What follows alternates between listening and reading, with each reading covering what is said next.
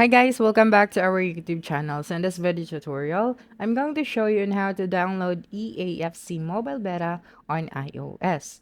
Okay, so the first thing that you'll need to remember, okay, Apple developed a test flight in a way of gamers to get early access to beta versions of their favorite apps before they're released to the public app store.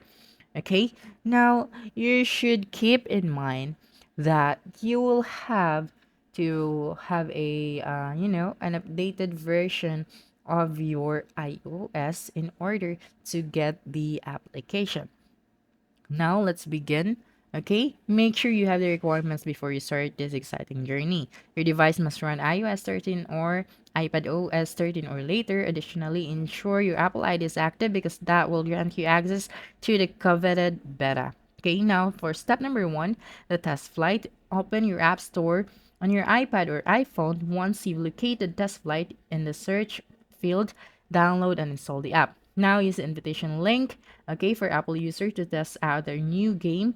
When you click that invitation link, the slide a portal to a thrilling EAFC mobile beta page will be effortlessly shown to you.